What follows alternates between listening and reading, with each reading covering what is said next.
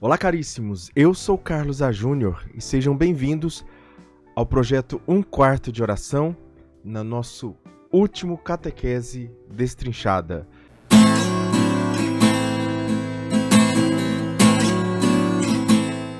Hoje nós chegamos ao 100º episódio, 100ª aula do Catequese Destrinchada e nós encerramos por hoje.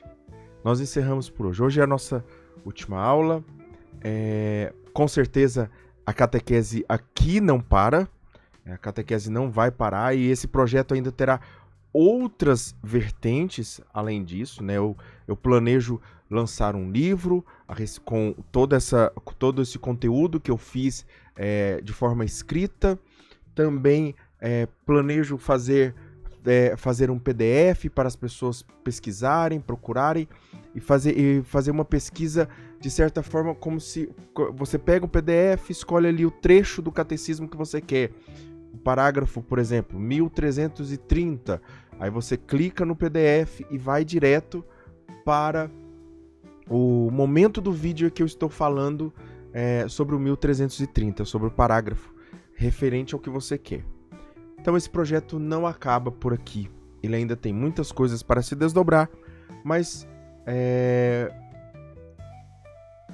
nós encerramos aqui, né? Então eu fiquei sem palavras aqui, porque realmente foi um desafio que eu me propus, como eu disse para vocês no último vídeo, foi um desafio que eu me propus para não só para ensinar, mas principalmente para aprender e fazer de um gesto bom na minha vida, né? Que é ensinar as pessoas. Hoje eu estou, de certa forma, com uma roupa diferente. Vocês estão vendo aqui o símbolo da catequese, onde eu participo, que é lá no Santuário Sagrada Família, que foram pessoas que eu devo toda a minha gratidão a eles, por todo o espaço que eles me proporcionam, por todo o apoio, por todo o elogio, por toda a força, pela motivação que eles me proporcionaram. E também agradecer a todas as pessoas que foram realmente inspirações para a minha vida, desde o Guilherme K2, o Padre Paulo Ricardo, o Carlos Neiva, também do Santa Carona, junto com o Guilherme. Mas, de certa forma, vocês perceberam que isso aqui é uma cópia, ainda que seja talvez inferior, né? Mas que alcance outras pessoas. A ideia de ser catequista não é ser melhor do que o outro, mas é alcançar onde o outro não alcança, né? Então, a minha pretensão aqui não é ser o melhor catequista, não é ser melhor do que outra pessoa, ou ter mais visualizações, ou ter mais público, não. A minha intenção aqui é ser o que Deus quer de mim, fazer a vontade de Deus. E a vontade de Deus é que eu ensine catequese do meu jeito, da minha forma, alcançando as pessoas que Ele quer que eu alcance. Bom, a gente tem muita coisa ainda para conversar hoje, nesse vídeo de hoje. Já quero te convidar mais uma vez, pela última vez, no Catequese Destrinchada. Por que eu falo no Catequese Destrinchada? Porque nós teremos outros conteúdos. Como eu já disse para vocês, nós teremos a perfeição da vida cristã aqui, para nós aprendermos sobre como ser cristãos perfeitos. Ah, Carlos, mas então quer dizer que você é perfeito? Não mesmo. Eu estou longe de ser perfeito, né? Tenho muitas imperfeições, mas existem pessoas que viveram essa perfeição e elas vão nos ensinar. Eu da mesma forma que eu fiz o Catequese Destrinchada, não baseado no que eu sei, mas baseado no que o catecismo diz. E muitas vezes no catecismo eu percebia que dando os encontros com vocês, que eu pensava a fé de uma forma errada. E só a catequese destrinchada foi mudando isso na minha vida. Espero que também tenha mudado você. Então, nós teremos a perfeição à vida cristã, também logo em seguida. Já vai começar, então, na próxima semana, nós já teremos o nosso encontro, Agora serão as quartas-feiras. Todos os vídeos serão às quartas-feiras. Por que quartas-feiras?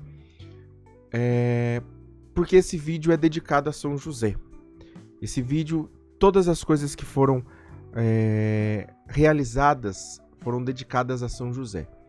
Toda a força que eu percebi e mantive aqui foi porque eu me inspirei em São José. E hoje, inclusive, esse vídeo está sendo lançado no dia 19 de março, né, que é dia de São José. Eu que sou consagrado a São José, eu vejo muitas pessoas se consagrando hoje a São José, e eu já sou consagrado há 2 anos nele. E foi no final dessa consagração que eu decidi começar o Catequese Destrinchada, né? Após um conteúdo extenso extenso assim, né? Foram 33 aulas sobre São José, aulas mais curtas, vídeos mais curtos, né? Acho que de um máximo 5, 10 minutos ali. Eu tive o desejo de fazer essa Catequese Destrinchada. Inclusive, tem um post, eu vou procurar, ele vai aparecer aqui, né? Tem um post que eu fiz essa reflexão, né? Eu fiz uma pergunta para as pessoas. Quais eram os conteúdos que elas gostariam de fazer, que eu fizesse. E aí o que ganhou foi de São José, e eu fiz, né, essa consagração a São José. Logo em seguida foi a catequese, e agora eu estou terminando a catequese. E o terceiro conteúdo que eu tinha colocado como opção era a pessoa para aprender a rezar, para aprender uma vida espiritual melhor, que é o que nós vamos começar na semana que vem. Então, eu tenho certeza que Deus está conduzindo esse canal e fazendo chegar às pessoas que precisam chegar, né? Não são muitas visualizações, como muitos outros canais, mas são as visualizações que Deus quer, e eu estou extremamente feliz por isso. Hoje é um dia de festa, hoje é um dia de alegria, hoje é um dia de muita emoção também, né? Você que já alcançou um objetivo, formar uma faculdade, ou você sabe quanto é essa mistura de sentimentos, de tristeza, de alegria, por estar acabando. Eu relutei muito a gravar esse vídeo, né, de uma forma inconsciente, mas eu sabia que precisava ser gravado, né? Então, bom, vamos lá, né? A gente já está aqui há 7 minutos já conversando, e eu não tenho muito costume de conversar aqui assim no início do vídeo, né? Hoje nós vamos falar sobre os 4 últimos pedidos. Sobre os 4 últimos pedidos que nós fazemos no Pai Nosso. Semana passada, nós falamos sobre os 3 primeiros pedidos. Semana retrasada, nós falamos sobre o chamativo, sobre a vocação, o vocativo que nós usamos para chamar Deus nas nossas vidas, que é Pai Nosso. Então, nós falamos Pai Nosso que estais no céu, fazemos as 3 primeiras petições e depois partimos agora para os 4 últimos pedidos. Então vamos para, como de costume, para o nosso conteúdo, certo? Então aqui, mesma coisa do quadro anterior da semana passada, nós temos o vocativo, as 3 primeiras petições e as 4 últimas petições aqui. Então nós vamos já direto, né? Como no outro passado a gente teve uma introdução, aqui não, aqui a gente já vai direto para a primeira petição. O pão nosso de cada dia nos dai hoje. Primeiro, entender que o pedido é dai-nos. É Ele que é o Pai da providência. Por sua bondade, Deus nos dá todas as coisas das quais nós precisamos, das quais é necessário. É o que eu estou falando aqui, ó. É o que o catecismo está dizendo, melhor dizendo. Este é um pedido que glorifica a bondade de Deus. Nós reconhecemos que Deus é bom e só Ele dá coisas boas, e só dele nós devemos pedir todas as coisas. Por isso nós glorificamos a sua bondade, né? Com isso nós glorificamos a sua bondade. Ele dá aos seus filhos o que é necessário. Jesus nos ensina que o Pai faz chover sobre os bons e os maus. Então não existe uma discriminação entre bons e maus para a bondade de Deus. Deus é providente e Ele providencia tanto para os bons quanto para os maus. Ele faz chover tanto para os bons quanto para os maus. Não há discriminação de Deus. Então, os maus podem prosperar, como os bons podem prosperar, certo? Mas a questão é, Deus aqui não está falando que ele é injusto, né? Mas pelo contrário, ele está falando que ele é justo. Mas quem está disponível para abraçar a bondade de Deus, ainda que seja mal, abraçará e alcançará graças com isso, né? Isso não quer dizer que a pessoa será salva, mas isso quer dizer que a pessoa ela está simplesmente recebendo aquilo que é necessário para a sua vida. Confiamos com Cristo no Pai de bondade como filhos amados e nutridos. Então Deus nos ama e Deus nos nutre, né? Esse é o papel do pai, né? O papel do pai com as crianças, com seus filhos pequenos, é nutrir e amá-los, dar a eles respeito, dar a eles segurança. Nutrir aqui não só no sentido de alimento, mas no sentido geral, de tudo aquilo que é necessário. É um pedido também que expressa a aliança, ou seja, nós somos filhos, no sentido de que nós somos dele e ele é nosso. Ele é o nosso Deus e nós somos os seus filhos, nós somos o seu povo. Pedimos o pão não só para nós individualmente, mas para nós em geral. O pão nosso de cada dia nos dai. Ou seja, nós não pedimos para mim. O pão nosso me dê, né, a cada dia. O pão nosso de cada dia me dê. Não, o pão nosso de cada dia nos dê, nos dai. Dai-nos hoje, né, para nós. Por quê? Porque é um chamado, mais uma vez, à caridade, à comunhão, a vida comunitária, a pedir a bênção, tanto para os bons quanto para os ruins, tanto para aqueles que eu conheço, como para aqueles que eu não conheço. É um gesto de solidariedade. O que é esse pão nosso? O Pai não se refere apenas aos alimentos... Não, isso aqui está errado aqui, ó. Olha só. O pão não se refere apenas aos alimentos, mas a todos os bens necessários para a vida. Então, ou seja, se você precisa de um carro, se você precisa de uma roupa, dos alimentos, das vestimentas, do que for necessário para você, Deus irá dar os bens necessários para você. E dará principalmente o bem mais necessário, né, que é um bem que Deus nos dá, que é a saúde. Bens materiais, mas também bens espirituais, né? E obviamente os bens espirituais para a nossa salvação. Da mesma forma que Deus nos dá os bens materiais, os bens espirituais para a salvação, os bens materiais também são para a nossa salvação. Se nós não temos, possivelmente é porque eles não nos daria a salvação. Jesus insiste na confiança filial que coopera com a providência do nosso Pai. Então, quando nós confiamos em Deus, essa confiança coopera com a providência de Deus, com a bondade de Deus na nossa vida. Porque Jesus quer nos libertar. Ele quer nos libertar dessa passividade. Eu não vou ficar esperando no meu quarto, na minha casa, a bênção chegar. Eu não vou esperar na minha casa a bênção chegar, mas eu vou me propor a ir até vocês. Eu estava falando sobre a devoção, só cortando um pouquinho, né? Sobre a devoção a São José. Essa oração aqui, ó, esse quadro aqui, ó, que foi um presente de uma amiga, ele é um quadro, uma oração de São José. E logo em seguida, eu tenho abaixo aqui, eu tenho a imagem de São João Paulo II, né? Que são os três grandes padroeiros aqui, ó. Tem o terceiro aqui, que é uma cruz, que é a cruz de São Damião, que faz referência a São Francisco de Assis. Então, os três patronos deste canal, né? São José acima de todo o patronato, São Francisco e São João Paulo II, que são os meus patronos, os meus padroeiros, de forma particular. Jesus insiste então nessa confiança. Jesus quer nos libertar da passividade, ou seja, de eu tomar atitudes, né, ter atos, ser ativo na providência de Deus. Também ele quer nos libertar da inquietação ansiosa, eu ficar fazendo muitas coisas ao ponto de calma. Eu preciso fazer o básico, eu preciso fazer aquilo que eu preciso fazer.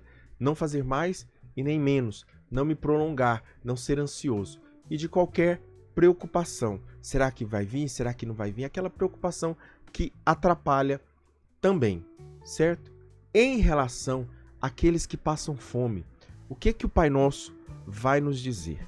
Né? Porque o Pai Nosso também ele é algo solidário, fraterno, certo? Para as pessoas que reclamam da campanha da fraternidade, entendam, ela é uma campanha de fraternidade para ensinar-nos a ser irmãos. Eu lamento muito 2 tipos de pessoas em relação à campanha da fraternidade. Primeiro, aquelas pessoas que endeusam muito a campanha da fraternidade e colocam ela como se fosse a única coisa a ser vivida na quaresma ou no ano. É errado isso. É errado isso. Porque a campanha da fraternidade ela é um alerta. Ela é um alerta que deve piscar ali e eu devo mudar rapidamente. O que eu posso fazer para melhorar nisso? Ponto. Esse para mim, é a forma como deve ser vista a campanha da fraternidade.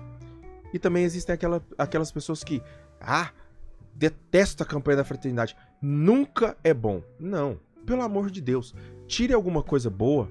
Tire sempre alguma coisa boa da campanha da fraternidade.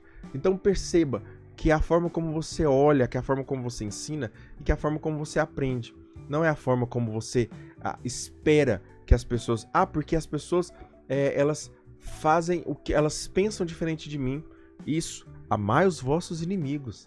É o que Jesus está dizendo, né? E inimigos aqui, mais uma vez, não é aquele que está atentando contra a minha vida, mas simplesmente é uma pessoa que pensa diferente de mim, né? E quando eu amo, eu procuro compreender essa pessoa, né? Então, se você é cristão e está falando sobre santidade, porque a campanha da fraternidade deveria falar sobre santidade, deveria falar sobre virtudes, deveria falar sobre evitar sacrilégios, beleza, ok. Deveria falar sobre santidade? Vamos falar sobre como você ama o inimigo. Vamos falar como você ama aquele que pensa diferente de você. Você ama? Então, você está sendo santo? Não. Então, por que você é melhor que a pessoa? Me fala mais sobre você ser melhor do que a pessoa. Bom, enfim. É só um ponto para nós entrarmos nesse ponto aqui. Um grito dos famintos. Os cristãos que oram sinceramente, ou seja, honestamente, se incomodam em assumir uma responsabilidade efetiva com relação à falta de alimento. Ou seja, cristão de verdade, ele se preocupa com aqueles que passam fome, com aqueles que não têm alimento. Em seus comportamentos pessoais, ou seja, não desperdiçar alimentos, né? De forma... eu falo assim, não é desperdiçar alimentos no sentido pequeno da coisa. Mas foi meio pedaço de bife, alguma coisa assim, que... Não é isso, gente. É algo mais industrial, não no sentido industrial, mas de grande esporte. Se todo dia eu desperdiço uma coisa, será que eu não posso evitar comer menos e também doar mais para uma pessoa, deixar de comer? Enfim, cada um vai ser doador da forma como pensar. E também nós melhorarmos em sua solidariedade com os famintos. Os famintos são parte de nossa família humana. Então, se nós pensarmos em uma família, uma grande família, que são os humanos, nós precisamos também alimentar essas pessoas. Não só alimentar os nossos próximos, mas aqueles que estão necessitados, porque tive fome e me destes de comer. Porque é uma necessidade que está inerente em Cristo. Cristo passa fome nos pobres.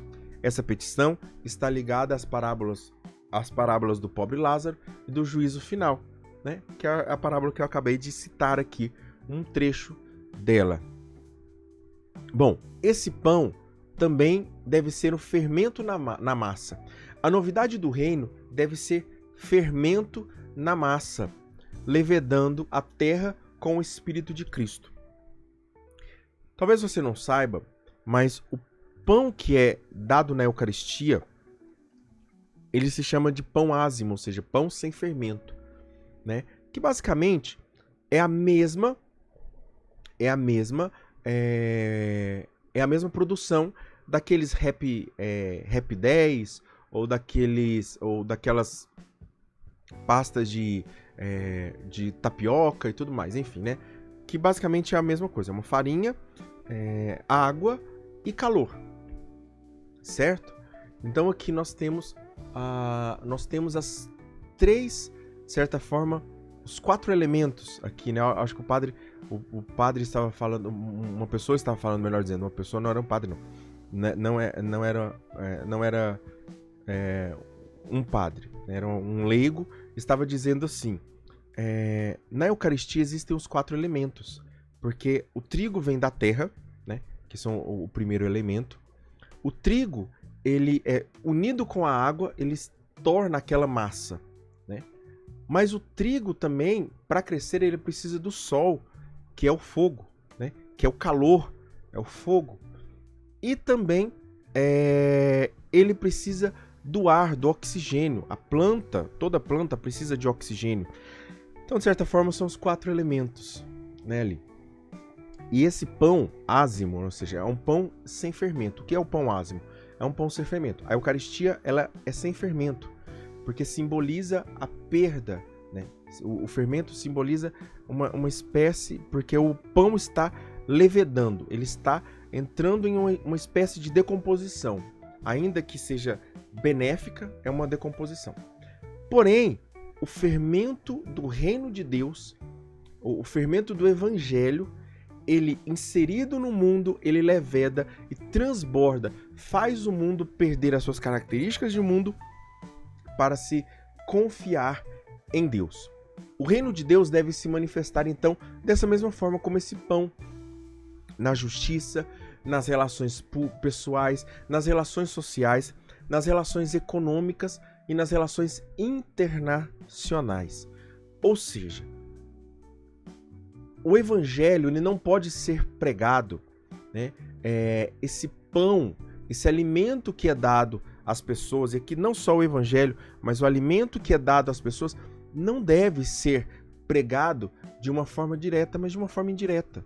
De uma forma simples, objetiva e uma forma intrínseca. Eu faço isso porque eu sou cristão. E não eu sou cristão porque eu faço isso, né? Eu vejo muitas pessoas que usam do termo cristão hoje para ganhar voto, para ganhar visibilidade, para ganhar mérito. E sim, não é que ela não seja um cristão de verdade, não é isso. Mas talvez seja a mentalidade. A partir de quanto tempo eu devo pensar primeiro para depois agir? Pense em São Paulo. São Paulo ele viveu muito tempo antes de começar a pregar. Viveu o catolicismo, viveu o cristianismo muito tempo antes de começar a pregar. E é isso que nós devemos fazer, viver antes de pregar. Não há terra justa sem homens justos. Então, os homens justos eles devem assumir a política. Os homens justos devem assumir a justiça. Os homens justos devem assumir as relações pessoais. Então, fazer homens e mulheres justos e justas não está relacionado somente a uma santidade, mas a pessoas ser justas. E aí o papel dos pais, extremamente importante, ensinar o seu filho a ser justo, ensinar o seu filho a ser honesto, ensinar o seu filho a falar a verdade, não só falar, mas viver a verdade, a querer a verdade e principalmente a falar a verdade. Convite à partilha de fé e trabalho. O Pão Nosso nos convida então a essa partilha, né? Aquilo que nós vivemos nessa santidade, nós partilhamos. É um ato externo da nossa vida. Pois é nosso e não meu pão. Ou seja, é dado a mim, mas eu devo distribuir aos outros. O que é dado a mim, eu devo distribuir aos outros também, conforme a caridade que existe em mim. Comunicar e partilhar os bens materiais e espirituais, não por coação, mas por amor. Então eu não posso doar esmolas porque eu fui coagido a fazer, mas por amor, por caridade. Que a abundância de alguns cubra as carências de outros. Então, muitas pessoas têm carências. Essas pessoas que têm abundância vão cobrir essas carências. Santo Inácio de Loyola nos convida ao trabalho confiante. Ele diz assim: orai como se tudo dependesse de Deus e trabalhai como se tudo dependesse de vós. É o quê? É esse convite à atividade, não passividade, mas uma atividade confiante, uma atividade passiva. Eu entendo que eu devo trabalhar, mas é no meu trabalho que Deus vai abençoar a minha vida e me dar o pão de cada dia. Ainda que trabalhamos, quem nos dá o pão de nossa mesa é o Pai. Isso se chama bênção. A bênção é derramada sobre aqueles que trabalham e derramada pelo Pai das misericórdias, pelo Pai da providência. A maior fome do homem qual é? É a fome da palavra de Deus. Então, os homens, eles têm fome e sede da palavra de Deus. Todo homem, toda mulher tem sede da palavra de Deus. Ouvir a palavra de Deus de forma que os toque profundamente. É algo inerente ao homem. É algo inerente ao homem. Os cristãos devem mobilizar todos os esforços para anunciar o evangelho aos pobres famintos. Os cristãos, então, devem mobilizar todos os esforços para anunciar o evangelho aos pobres famintos. Então, não é só dar o alimento para os pobres, mas é dar também o evangelho, que é o principal alimento e a principal fome que todos, e principalmente os pobres, têm. Então, quando falamos de pobres, não estamos falando somente daqueles que não têm dinheiro, mas daqueles que não têm evangelho. Os verdadeiros pobres são aqueles que não têm evangelho. Então, quando a campanha da fraternidade falar de pobres, pense assim, quais são os maiores pobres? A gente vive num mundo tão materialista que quando nós falamos de pobreza, nós pensamos em dinheiro. Tá vendo como você é materialista? Às vezes, porque quando se fala de pobre, você pensa em dinheiro. E o espiritualista, o católico de verdade, ele não pensa o pobre como alguém que não tem dinheiro, mas como alguém que não tem Cristo, como alguém que não foi anunciado Cristo para ele. Esses são os verdadeiros pobres. Se mata essa fome, ou seja, essa fome é saciada com os pães da palavra e da Eucaristia, que são as duas partes da Santa Missa. Isso a gente já falou em outros lugares. Hoje, a palavra hoje nessa petição. Jesus nos ensina que hoje é uma expressão de confiança.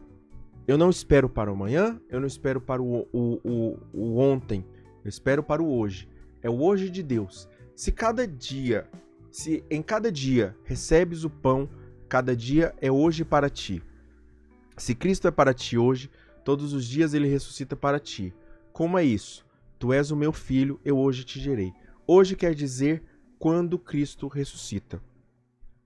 Viver o hoje é um convite à confiança em Deus e um remédio para a depressão, a ansiedade, o medo e principalmente para o pecado, certo? Então, viver o hoje é algo que nos liberta.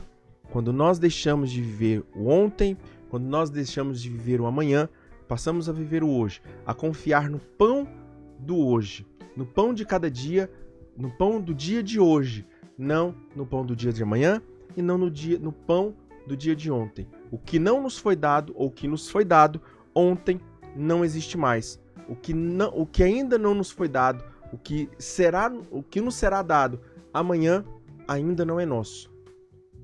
O que é nosso é o pão que nos é dado hoje. E é um pão cotidiano.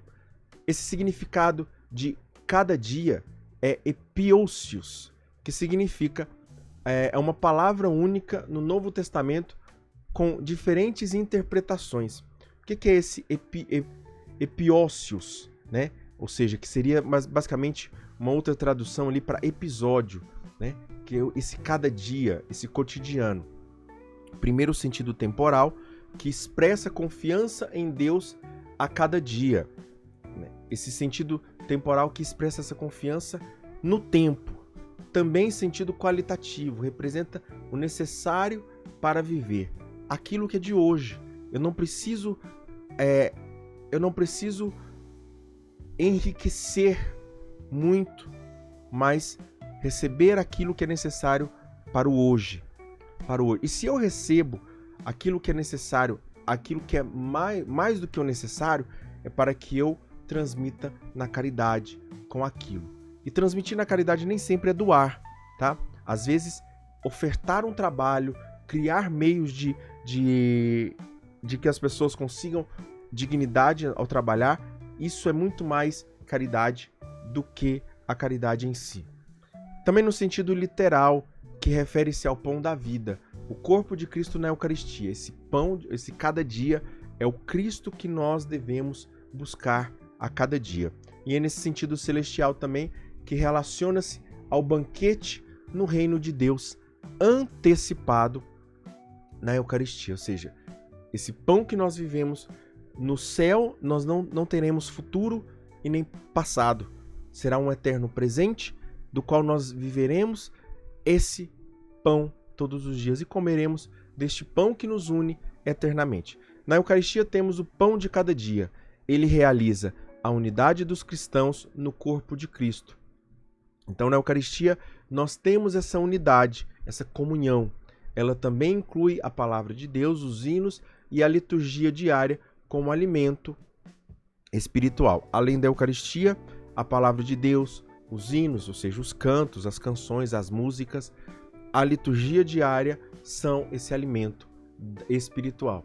Cristo é o verdadeiro pão do céu de cada dia. É Ele que é o pão das nossas vidas. Ele que é o sustento das nossas vidas, o alimento que nós devemos ter. Cristo foi semeado na Virgem, amassado na paixão, cozido no túmulo e oferecido como alimento celeste na igreja. Você viu que essa frase aqui, ela é uma frase que se refere a Cristo como pão. Cristo como pão. A palavra Belém, onde Jesus nasceu, é casa do pão. É casa do pão. Cristo foi semeado nesse forno, que é o ventre da Virgem Maria. O fruto do ventre da Virgem Maria é o forno. Aliás, o ventre da Virgem Maria é o forno que assou esse pão, né? De forma metafórica, mas também no sentido, porque Jesus é um pão e alimento. Olha só, uma outra coisa, né? Jesus, como alimento das nossas vidas, ele foi dado numa manjedoura, que é um lugar para os animais se alimentarem, né? Amassado também na paixão. O pão, ele é amassado, ele precisa passar por uma ser amassado para ganhar liga, né? E esse processo de ganhar liga em Cristo foi na paixão. Cozido no túmulo, foi colocado ali no túmulo desses 3 dias e oferecido como alimento celeste na igreja após a ressurreição. O Pai nos convida a pedir esse pão celestial como filhos de Deus, certo? Então aqui nós terminamos a primeira petição de hoje em 30 minutos. Então isso quer dizer que essa aula pode ser de 2 horas? Pode ser. Você já viu aí qual é o tamanho dessa aula, né? Eu ainda não sei. Eu tenho 30 minutos de aula aqui e vamos até onde a gente conseguir. Além disso, nós precisamos falar da doxologia, que são dois parágrafos, mas é importante, deveria estar isento, mas a gente vai prosseguir aqui, certo? Vamos lá. Segundo pedido dessa segunda parte do Pai Nosso. Perdoai-nos as nossas ofensas, assim como nós perdoamos a quem nos tem ofendido. Primeira correção aqui. Não é perdoai as nossas ofensas, é perdoai-nos as nossas ofensas. Ou seja, nós pedimos perdão a nós pelas nossas ofensas. Não pedimos perdão para as nossas ofensas, que é diferente, tá? A petição que parece estar deslocada. Este pedido parece que deveria estar na primeira parte do Pai Nosso, que se refere a um pedido aos céus, não é verdade? Mas não. Por que ele está aqui? Porque é uma comparação. Eu só vou ser perdoado conforme eu perdoar. Então o centro deste pedido não é perdoai as nossas ofensas, mas é assim como nós perdoamos a quem nos tem ofendido. Mas essa segunda parte, está na segunda parte porque refere-se à forma como nós relacionamos com os nossos irmãos, que é o perdão que eu dou àquele que me ofende. Nosso pedido não será atendido sem que tenhamos satisfeito essa exigência. Para receber o perdão, teremos que perdoar. Jesus, em vários momentos, vai falar sobre esse assim como, ou seja, sede santos assim como o Pai do céu é santo. Sede perfeitos assim como o Pai do céu é perfeito. Sede misericordiosos assim como o Pai do céu é misericordioso. Né? E perdoai assim como o Pai vos perdoa. Melhor dizendo, agora ele faz o contrário. Ele faz, serão perdoados conforme vocês perdoarem, assim como vocês perdoarem. É uma audácia à humildade, ou seja, nós somos audaciosos, mas somos humildes ao mesmo tempo. É um equilíbrio entre audácia e humildade, esse pedido. Começamos rezando com uma audácia ao chamar Deus de nosso Pai, mas aqui existe a humildade. Quando nós reconhecemos que precisamos de perdão, não deixamos de pecar, mesmo batizados. Então, nós somos audaciosos, lá pedindo, falando que Deus é nosso Pai, mas ao mesmo tempo somos humildes, reconhecendo que nós pecamos. Somos filhos ainda, mas o filho pródigo é aquele filho que está sempre voltando, sempre perdendo a sua herança, gastando a sua herança e voltando. Que gastou toda a graça dada por Deus em troca de nada. Somos também aquele publicano que se reconhece pecador na presença de Deus. Aquele que bate no peito e diz, eu não sou digno de estar aqui. Eu não sou digno de estar aqui. Assim como nós dizemos, eu não sou digno de te chamar de pai, mas eu estou aqui. Confessamos a nossa miséria e a sua misericórdia. Então, dizemos duas coisas aqui. Deus é misericordioso e nós somos miseráveis. Nós somos miseráveis. Nossa esperança está no Filho de Deus que nos remiu, que nos perdoou. A eficácia dessa esperança expressa-se nos sacramentos. Então é nos sacramentos que nós recebemos a eficácia dessa esperança. É uma condição para sermos perdoados. Então, esse pedido de perdão é uma condição para sermos perdoados. Para recebermos essa onda de misericórdia, devemos derrubar qualquer barreira em nossas vidas. Essas barreiras são as faltas de perdão de qualquer espécie. E aqui nós temos vários tipos de falta de perdão que possa existir, certo? Isso aqui não foi do catecismo, isso aqui, se eu não me engano, eu fiz uma pesquisa pela inteligência artificial mesmo, para entender o seguinte: quais são psicologicamente os tipos de falta de perdão. Então entenda o seguinte: Deus quer derramar essa chuva, mas se eu estiver com a sombrinha, que é essa sombrinha da falta de perdão, eu não vou receber aquele perdão, eu não vou receber aquela misericórdia de Deus. E aqui eu posso ter um ressentimento, rancor, amargura, indignação, vingança, negativa de perdão, ou seja, negar o perdão a uma pessoa de forma direta, perdão condicional, ou seja, eu perdoo como condição. Eu só perdoo se você fizer isso. Eu só perdoo se o meu carro for rosa, entende?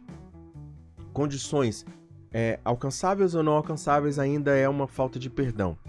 Perdão superficial. Eu te perdoo, mas não precisa mais de mim não me busca mais não, né? É aquela coisa. Recusa de esquecer. Também não é, o perdão não é uma recusa de esquecer. Eu fico com aquilo na minha mente. Não é. E também é uma dificuldade em perdoar a si mesmo. Perdão próprio. Perdão a si mesmo. Então são todas essas formas de falta de perdão que nós temos. O amor é indivisível, assim como o corpo de Cristo. Se o mal entra, o bem sai. E se o bem entra, o mal sai. Então, quando nós não perdoamos, nós estamos evitando que o bem entre em nossas vidas. Não podemos amar a Deus se não amamos o nosso irmão. Isso é 1 João, que vai dizer: é mentiroso aquele que diz que ama a Deus que não pode ver, mas não ama o irmão que não pode ver. Recusando perdoar nossos irmãos, o nosso coração se fecha à misericórdia do Pai. Na confiança, o coração se abre novamente à graça. Então, quando nós confiamos em Deus, a graça se abre. Essa petição é tão importante que é a única na qual o Senhor volta a insistir, desenvolvendo-a no Sermão da Montanha.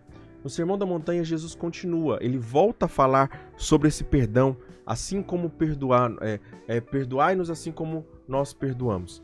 Essa exigência crucial, ou seja, essa exigência de perdão do mistério da aliança é impossível para o homem e só Deus pode nos ajudar a cumpri-la. Jesus ele volta a falar sobre isso quando ele volta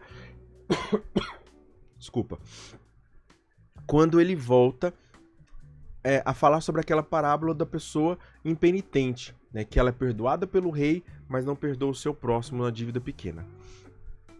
E esse perdão ele só pode ser dado quando nós estamos com a ajuda de Deus. Não podemos perdoar sem a ajuda de Deus. Não conseguimos perdoar sem a ajuda de Deus. Para Deus, tudo é possível. Certo? E aqui nós temos a segunda parte dessa petição. Assim como nós perdoamos a quem nos tem ofendido. É possível perdoar como Jesus? Jesus utilizou algumas vezes a conjunção comparativa como. Né? Isso aqui na gramática, conjunção comparativa como. Sede perfeitos como o Pai é perfeito, sede misericordiosos como o Pai é misericordioso. Dou-vos um novo mandamento, amai-vos uns aos outros como eu vos amei. É impossível observar esses mandamentos a partir do modelo divino. Ou seja, eu nunca vou ser santo como Deus é santo. Eu nunca vou ser misericordioso como Deus é misericordioso. Eu nunca vou amar como Jesus, o outro como Jesus ama. Eu nunca vou ser perfeito como o Deus é perfeito. Mas a ordem de Jesus aqui não está ligada a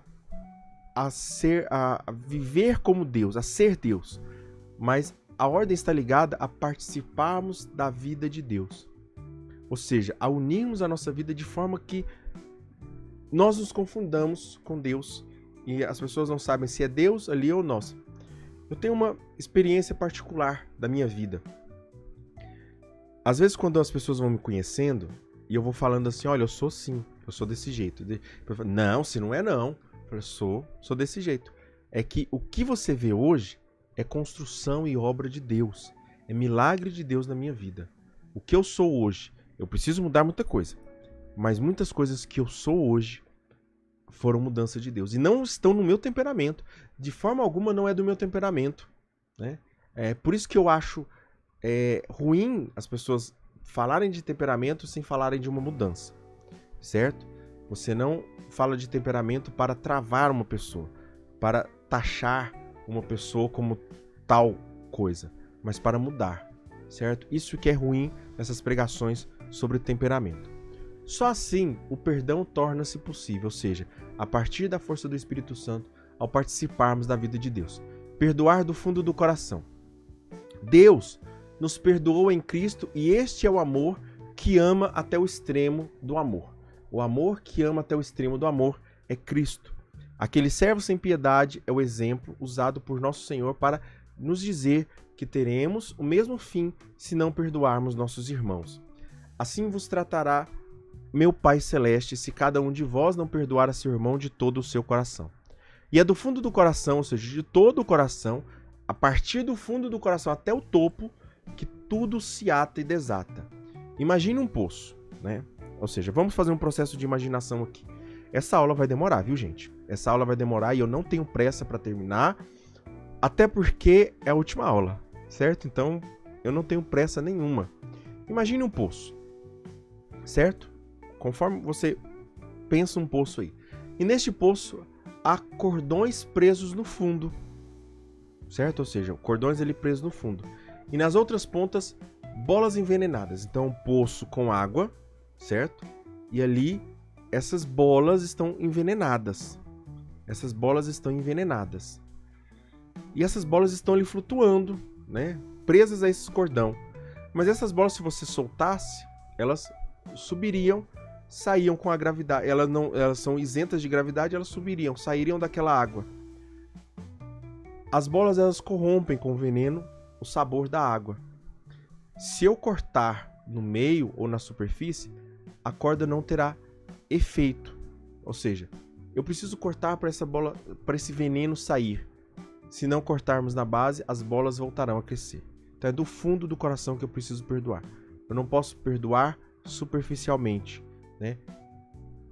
Isso não significa que nós esquecemos. Perdoar não significa esquecer ou deixar de sentir. Isso não está no nosso poder. O que acontece no perdão é que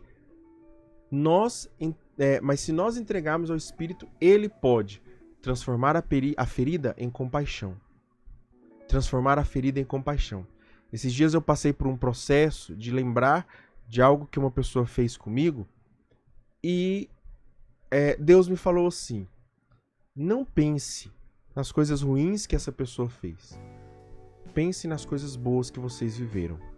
E eu comecei a pensar nas coisas boas que nós vivemos. E realmente, aquilo se transformou, aquela falta de perdão foi se transformando em perdão e logo foi se transformando em compaixão. E eu fui observando. Essa pessoa, ela estava com problemas, ela precisava de ajuda. Por isso ela agiu como agiu. Então, é só uma questão de se colocar junto do outro e perceber que eu poderia fazer a mesma coisa.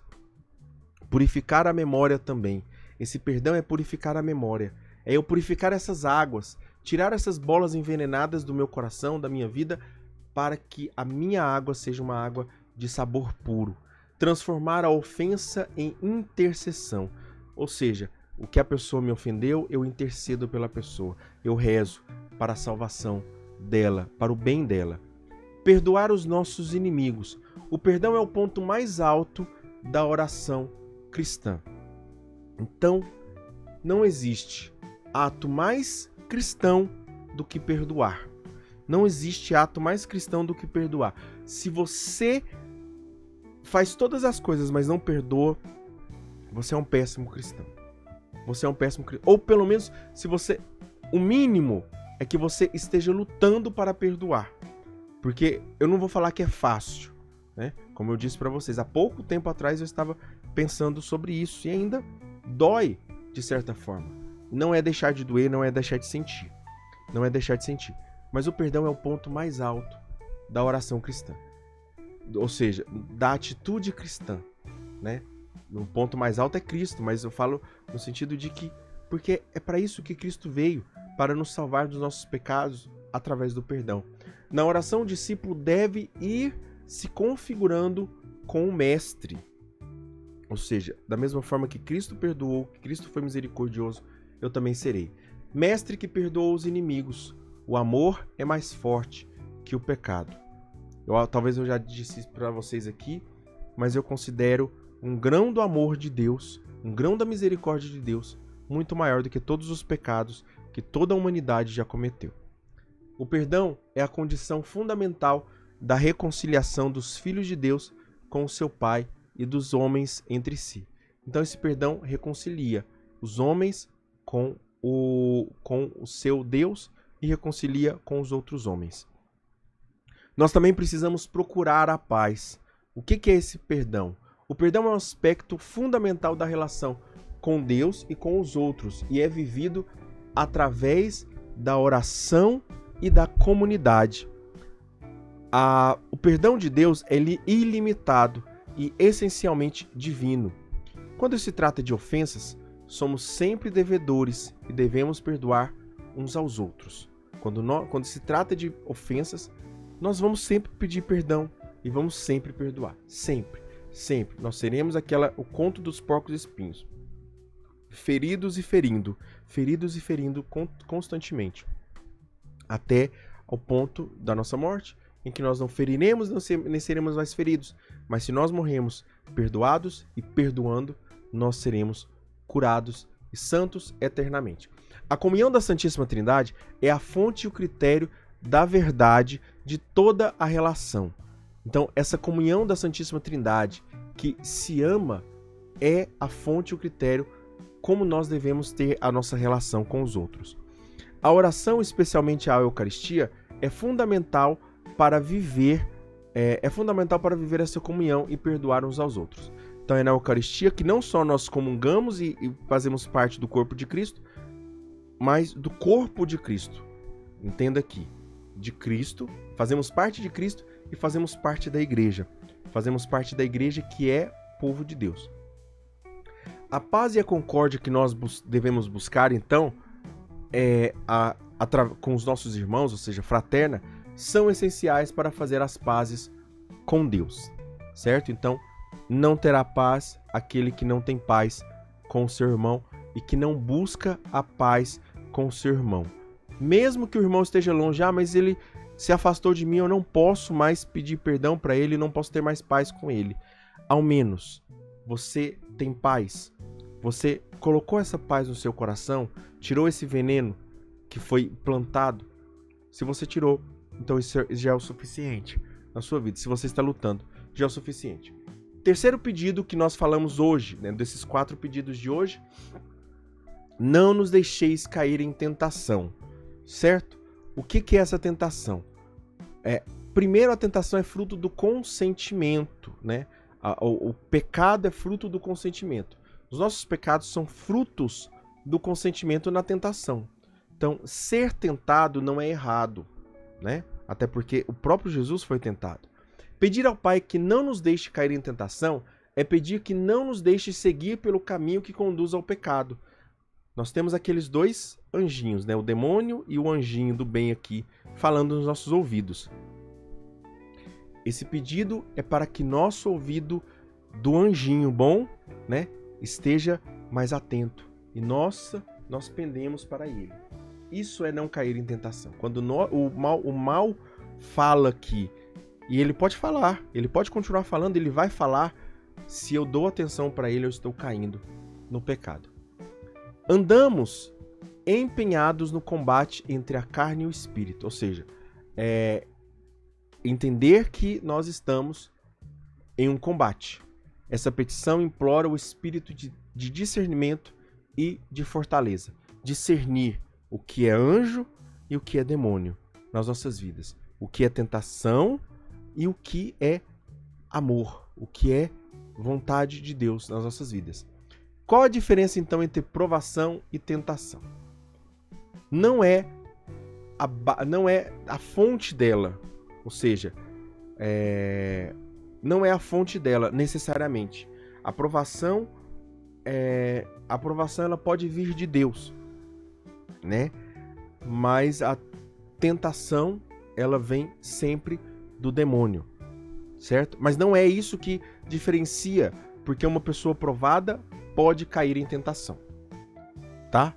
Então a pessoa, mas então quer dizer que Deus me provou e eu caí? Não, Deus te provou e o demônio foi lá e usou da provação para te tentar. E assim você caiu na tentação. A provação é necessária para o crescimento do homem interior e para que tenha uma virtude comprovada. É a prova, né? É a prova que você faz na escola e ali para atestar que você aprendeu aquilo.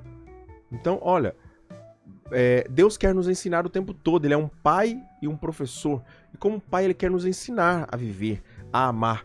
E a provação é a prova, é a forma como Deus tem para comprovar que nós aprendemos. Não só comprovar para ele, mas não comprovar para ele, mas comprovar para nós mesmos. Nós falamos assim: eu aprendi isso mesmo.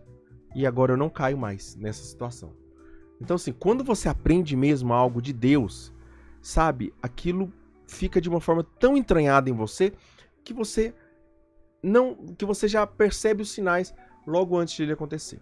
A tentação, ela conduz ao pecado e à morte. Então, a diferença é que a provação, ela nem sempre conduz ao pecado e à morte, né? A pessoa pode cair, mas por uma tentação implantada na provação.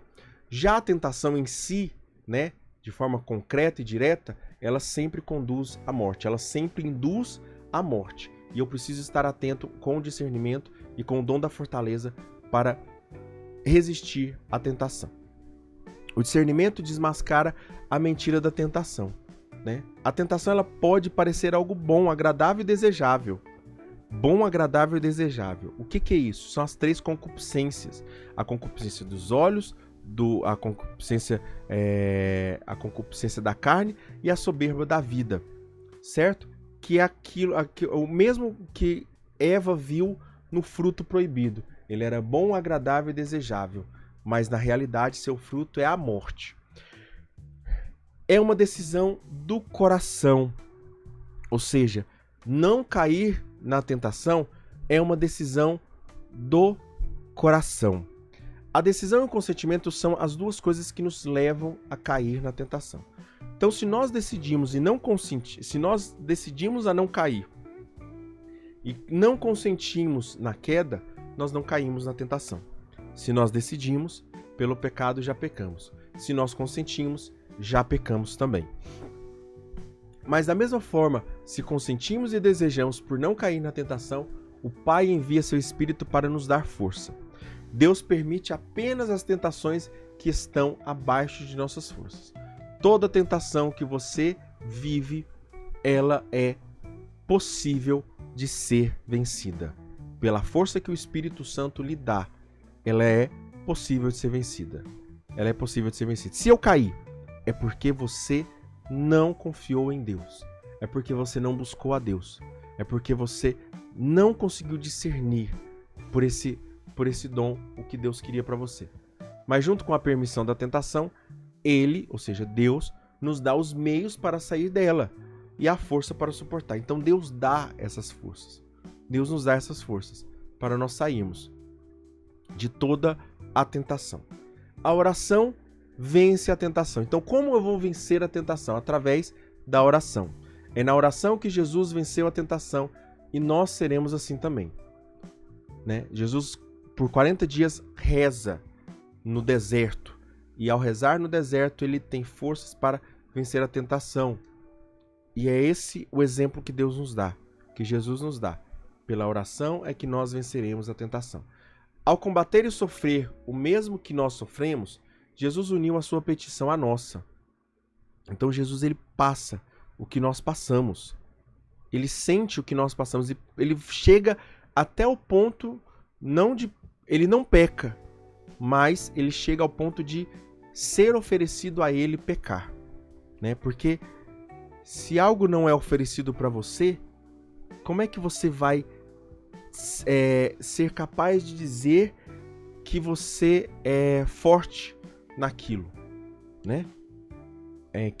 Se você não passou por uma provação, por um teste, como é que você vai saber se você resiste àquilo, que você é forte? E Jesus não caiu na tentação. E nos dá força, e nos dá essa força que ele teve para não cairmos também. Essa petição, não nos deixeis cair em tentação, adquire todo o seu sentido dramático quando relacionada com a tentação final do nosso combate na terra. Ele pede a perseverança final. Jesus nos pede a perseverança final. E o que é isso? Né? Quem assistiu o filme, aquele filme relacionado a Cartas de um Diabo a seu Aprendiz, o Oficina do Diabo, né? da Brasil Paralelo, ele apresenta isso, né? Lá no final, enfim, né? Lá no final, já tô dando spoiler aqui, quem não assistiu, mas paciência. Ele apresenta isso, né, de uma das almas ali, sobre o fato de, no momento final, existir essa última decisão. E da mesma forma, Cristo também teve essa decisão. Cristo também teve que ser tentado. Existe um filme que se chama A Última Tentação de Cristo. Um filme extremamente criticado pelas pessoas, porque elas não entenderam o filme. O filme, ele está dizendo o seguinte: Cristo passou por uma tentação na cruz, de descer da cruz e de viver como um homem normal. Mas ele não é um homem normal. Ele é homem e Deus. E passar pela tentação não torna Jesus menor, não torna Jesus menor. Pelo contrário, torna-o maior. Isso também é o que acontece conosco. Quando a tentação que nós vencemos nos garante coroas maiores no céu. Então esse filme, ele fala justamente sobre isso.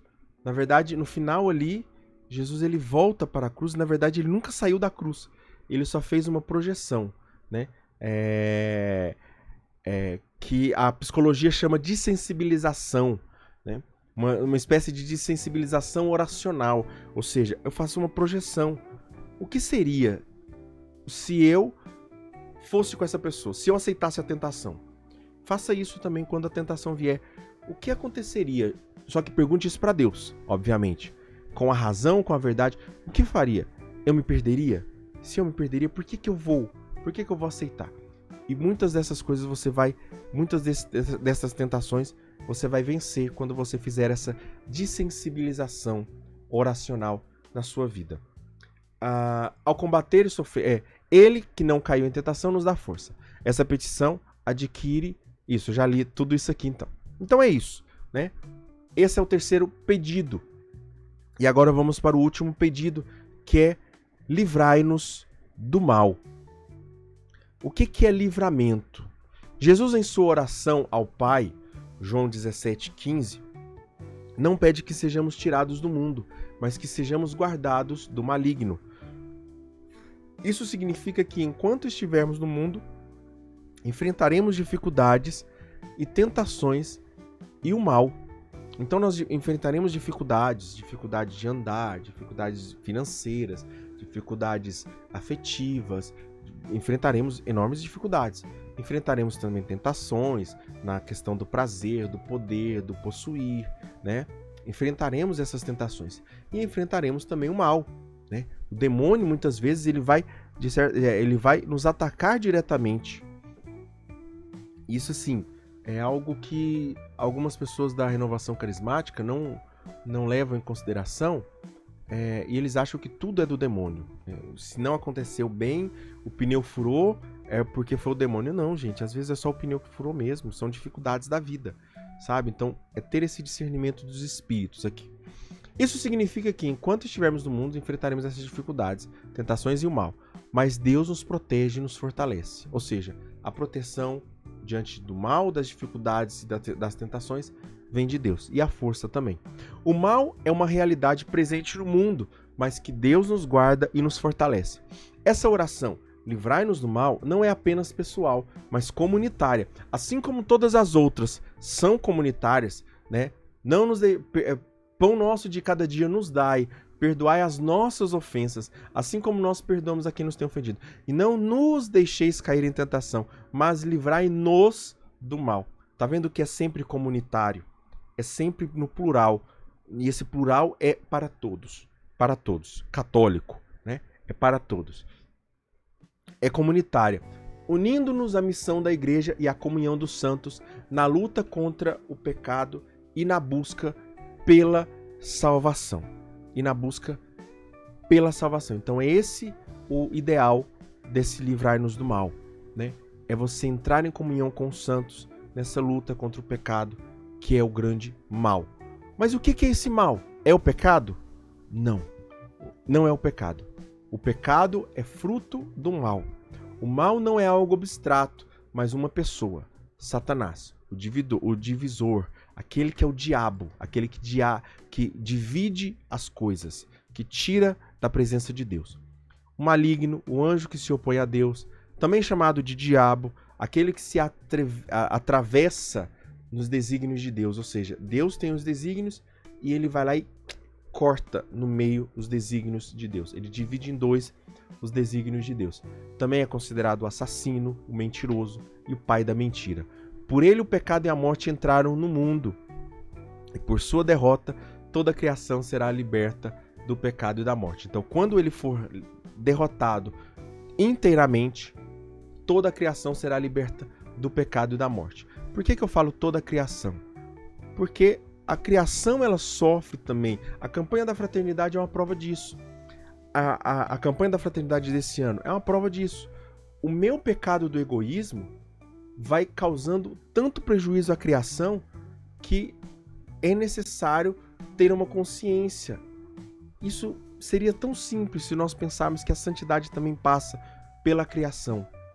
Deus viu que era tudo muito bom, certo? E quando ocorrerá essa derrota do mal? A derrota do mal aconteceu no instante em que Jesus consentiu em livremente se entregar à morte para nos dar vida. Foi ali que começou a morte dele. Foi ali que começou a derrota do mal.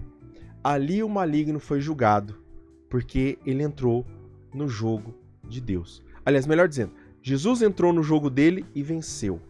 Jesus aceitou a morte e venceu a morte. Ele aceitou entrar no jogo e venceu, né? Jogou e ganhou no campo do adversário.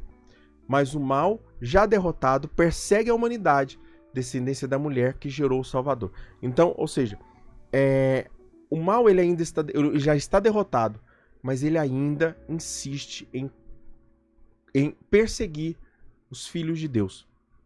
E ainda persegue os filhos de Deus.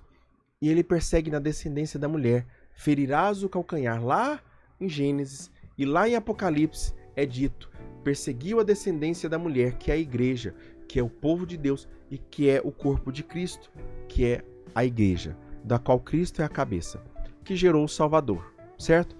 Livrai-nos das obras do maligno também. Este pedido não é só para que nos livre do inimigo, seja de Satanás, mas de toda a sua obra, passada, presente e futuro, daquilo que ele fez em nossas vidas ou nos nossos antepassados, daquilo que ele faz nas nossas vidas e daquilo que ele fará. Ele não pode criar nada. Então Satanás não cria nada. Ele só deturpa, ele só divide, ele só tira aquilo que Deus criou, certo? Instigando nela o mal e a mentira. Então ele coloca mentiras na verdade de Deus, né? Então, quando uma coisa é corrompida, é quando algo baixo, né? A gente já falou sobre corrupção, sobre adultério aqui. Quando algo é corrompido, quando algo se corrompe, ou seja, é quando algo ruim se mistura a algo bom, né? A gente nunca fala que, por exemplo, um bolo, quando eu coloco cobertura de chocolate, ele foi corrompido, né? Porque foi algo bom colocado em algo bom. Mas se eu colocar veneno em cima desse bolo, aí eu estou corrompendo ele, porque ele já não é digno, já não é próprio para o alimento, certo? É isso que Satanás faz. Ele pega coisas boas e joga veneno por cima. E nós vamos lá e comemos, entende? A pessoa que come bolo com chocolate, ela fica bem. Mas a pessoa que come bolo com veneno, ainda que tenha chocolate também, ela morre. Então é isso que Satanás nos oferece. Bolo com veneno. Livrai-nos de todo mal, Senhor, e dai ao mundo a paz em nossos dias, para que, ajudados pela vossa misericórdia, sejamos livres do pecado e de toda perturbação, enquanto esperamos a vinda gloriosa de Jesus Cristo, nosso Salvador. Isso está no missal romano, é isso que se reza, o que o padre reza na Santa Missa, no rito da comunhão. Certo? Então nós finalizamos o Pai Nosso aqui. Sim ou não? Não. Ainda falta uma última palavra do Pai Nosso, que é a doxologia final. E o que é a doxologia final? É esse eterno glória que é o amém. É o dizer sim à vontade de Deus. Assim seja. A oração do Pai Nosso termina como começou, dando eterna e infinita glória a Deus, pois Ele é o único digno de honra e poder. Lembra lá que santificado seja o seu nome, é a primeira petição. Então essa primeira petição ela dá glória a Deus, porque vosso é o reino, o poder e a glória. E ela vai continuar de várias formas. Ela continua nesse sentido, porque vosso é o reino, o poder e a glória para sempre. É a retomada dos 3 primeiros pedidos. Santificado seja o vosso nome, o vosso reino, venha a nós o vosso reino e seja feita a vossa vontade.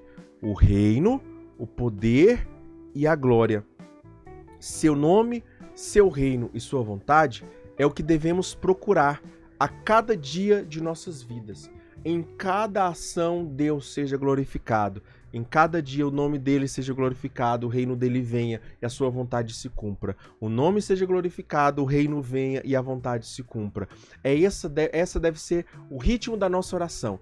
Que o seu nome seja glorificado, que o seu reino venha, que sua vontade se cumpra. Que o seu nome seja glorificado, que o seu reino venha e que sua vontade se cumpra. Repita isso quantas vezes for necessário para você. Que o seu reino venha, que o seu nome seja glorificado, que o seu reino venha e que sua vontade se cumpra. Satanás atribuiu a si o reinado, o poder e a glória deste mundo. Jesus vai lá e retira das mãos de Satanás e dá ao Pai. Esse é o grande ato de obediência. Satanás, ele se faz o rei deste mundo, o poderoso deste mundo e a glória deste mundo. Mas na verdade, e são as três coisas que são oferecidas, né? O reino, o poder e a glória, que são oferecidas para Jesus. Jesus retira das mãos de Satanás e dá essa glória ao Pai, e dá o reinado ao Pai, e dá o poder ao Pai. E o Pai Nosso, ele vai finalizar com amém. Depois de acabar da oração, e qualquer oração, incluindo o Pai Nosso, nós dizemos amém, subscrevendo com essas palavras que significa assim seja o conteúdo dessa oração que Deus nos ensinou. Ou seja, Deus nos ensinou e nós concordamos com o que Deus nos ensinou. Nós concordamos com a vontade de Deus, nós concordamos com o poder de Deus e nós concordamos com a glória de Deus, com o reino de Deus em nossas vidas. É a nossa confirmação de que cremos nessa oração e consentimos com tudo o que foi rezado por nosso Senhor Jesus Cristo. A Ele toda honra, glória e poder pelos séculos dos séculos. Amém. Louvado seja o nosso Senhor Jesus Cristo, para sempre seja louvado. Tudo por Jesus e nada sem Maria.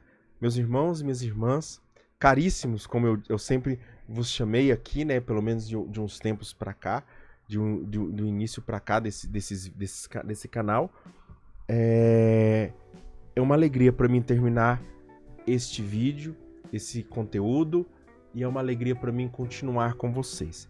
Espero encontrá-los bem, espero encontrá-los nos outros episódios, nos próximos episódios desse canal. Não fujam, não saiam daqui.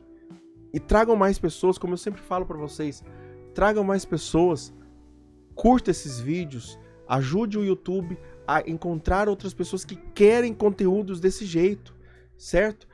Eu sei que muitas pessoas estão assistindo, mas ofereça isso, fala assim, olha, isso aqui é interessante, para você entender o que é o Pai Nosso, pelo menos esses 2 últimos vídeos, e aí a pessoa vai falar assim, nossa, mas tem 100 vídeos, será que eu consigo ver? Vai fazendo para que a pessoa, pouco a pouco, sem pressa, sabe, faça esse projeto, um projeto para a pessoa falar assim, olha, começa a assistir um vídeo por semana, sem pressa, daqui 2 anos você termina, não tenha pressa para assistir, não tenha pressa para assistir, assista com tranquilidade, com paz, e que a pessoa possa realmente experimentar toda essa graça. Bom, é isso então, eu finalizo hoje com um sentimento de muita gratidão, um sentimento de muita felicidade na minha vida, que Deus ele possa